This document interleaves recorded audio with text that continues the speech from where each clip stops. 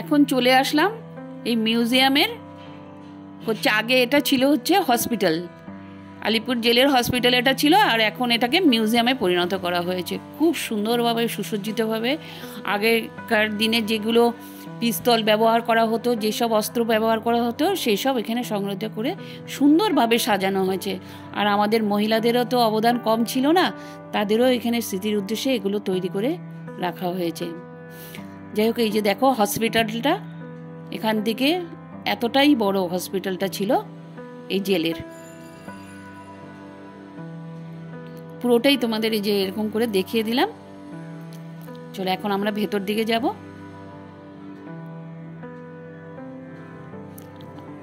আর এখানে হচ্ছে সিনেমাগুলো দেখানো হয়, রাত্রিবেলা লাইট শো যেগুলো বলা হয়েছিল না, সেগুলো এটা এখানটা দেখানো হচ্ছে। ওই সাইডেতে সিটগুলো রাখা হয়েছে, আর এখানে স্ক্রিনটা রয়েছে, আর এখান দিকেই যেতে হবে। হসপিটালটা প্রচণ্ড বড়, আর এখানে যেতে মোটামুটি 2 ঘন্টা 2.5 ঘন্টা লাগবেই পুরোটা কভার করতে। আর এই যে দেখো, এই যে এই পিস্তলটা হচ্ছে দীনেশ গুপ্ত যেই পিস্তলটি ব্যবহার করেছিলেন, সেই পিস্তলের আদলেই এখানে একটা রাখা হয়েছে। চলো এবার ওপরে চলে যাই। ওপরটা পুরোটাই মোটামুটি মিউজিয়াম রাখা হয়েছে। প্রত্যেকে আমাদের এই যে দেখো, মানে প্রত্যেকে যত মানে স্বাধীনতা সংগ্রামী ছিল, বিশেষ করে মানে যতটা ওনারা পেরেছেন ততটাই আর কি। দেখো আজাদ হিন্দ ফৌজ গঠন করেছিল না, এই যে নেতাজি সুভাষচন্দ্র বোস, ওনাদের সমস্ত স্ট্যাচুগুলো এখানে সুন্দরভাবে রাখা হয়েছে।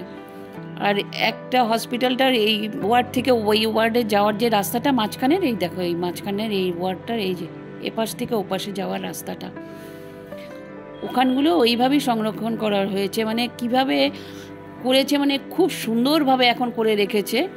আর এখানে এটা সংস্কার করার সময় এখানের যে জেলের বন্দিরা ছিলেন তাদেরকে বারুইপুর সেন্ট্রাল জেলে শিফট করে দেওয়া হয়েছে।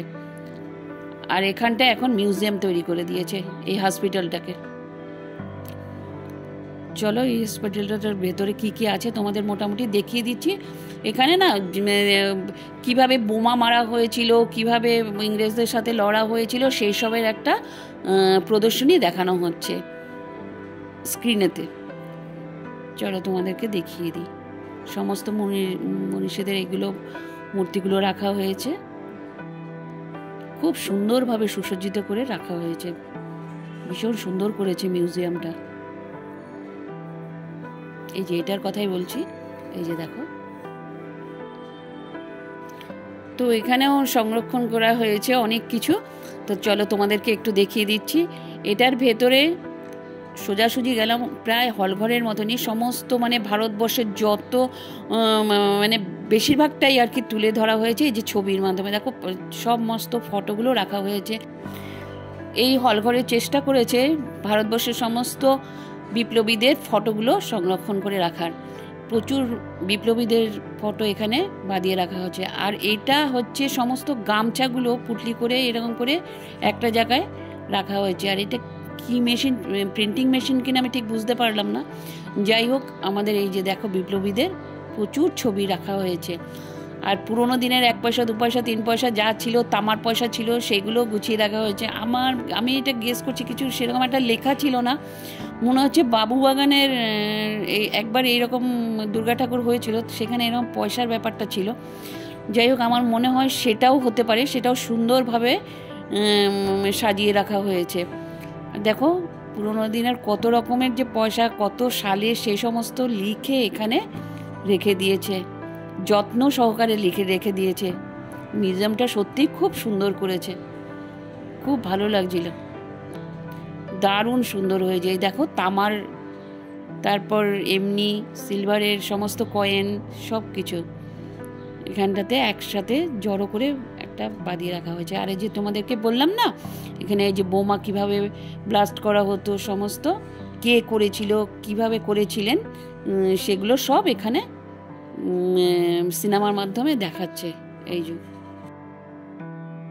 তো বড় জায়গা নিয়ে এটা তৈরি করেছে, এইটা ঘুরতে গেলে প্রায় 2 থেকে 2.5 ঘন্টার উপরে লাগবে, বুঝতে পারছো? প্রচুর জায়গা নিয়ে এটা তৈরি করেছে আর ভীষণ সুন্দর তৈরি করেছে। তোমরা আসতে পারো, প্রচুর লোক এসছে।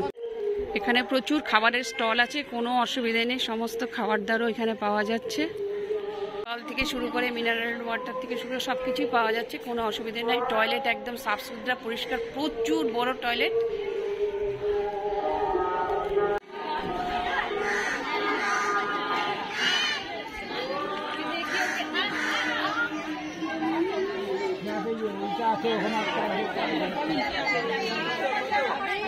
দিয়ে যাচ্ছি, সত্যি শিহরণ জাগছে, মানে কি বলবো, কিছু বলার নেই, মানে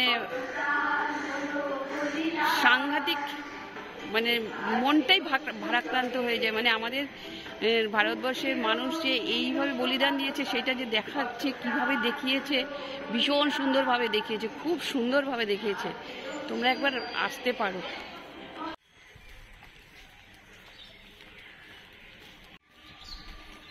কুড়িভিটের উপরে এই লাল পাঁচিলগুলো, এইগুলো দিয়ে পুরোটা ঘেরা।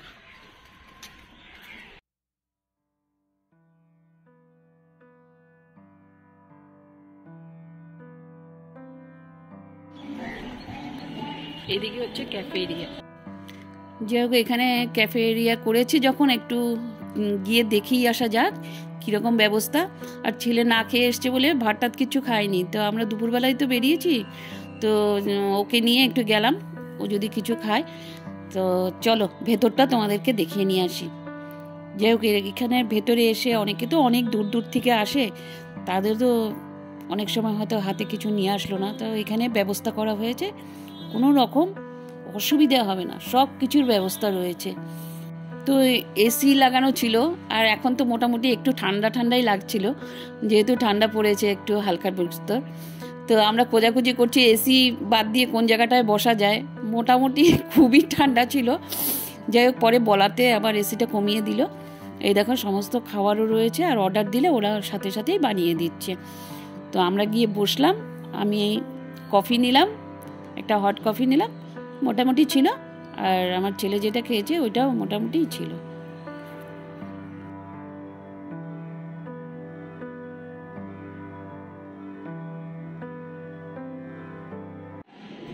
কি অর্ডার দেবে এখন মেনু কার্ড দেখা হচ্ছে, এই দাদা দাঁড়িয়ে আছে, এই দাদাকে দেওয়া হবে মেনু কার্ড।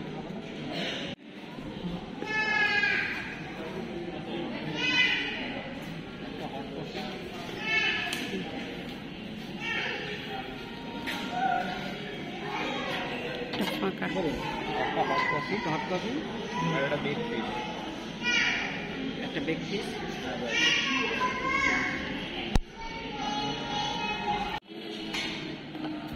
আমি 1 কাপ কফি নিয়ে নিলাম, একদম হট কফি। আর এখানে এসি চলছে, জানো তো।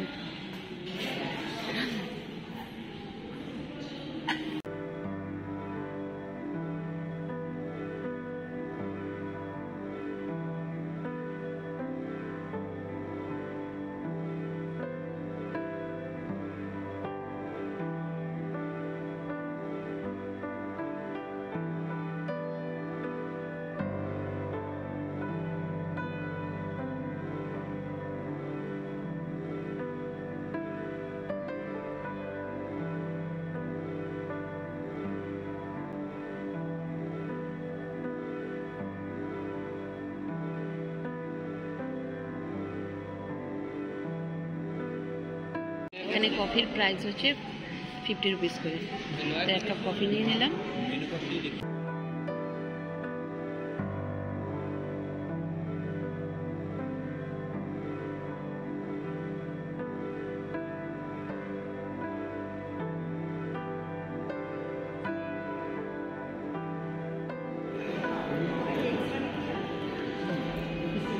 এটা যেটা খেলে ওটার নাম হচ্ছে বেক ফিশ, এটার নাম প্রাইসটা হচ্ছে 260। এই যে এটা যেটা খেলো আমার ছেলে, যেটা খেলো ওটার নাম হচ্ছে বেক ফিশ, আর এটার প্রাইসটা হচ্ছে 260। বেক ফিশটা কেমন টেস্ট কেমন ছিল? আলিপুর জেল মিউজিয়ামের প্রথম পার্টটা আমার দেখানো হয়ে গেছে, এটা হচ্ছে সেকেন্ড পার্ট, এটাও দেখবেন, আশা করি আপনাদের খুব ভালো লাগবে।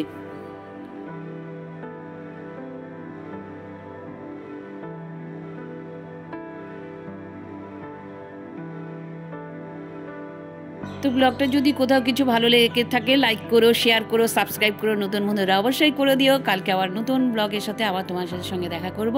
টাটা।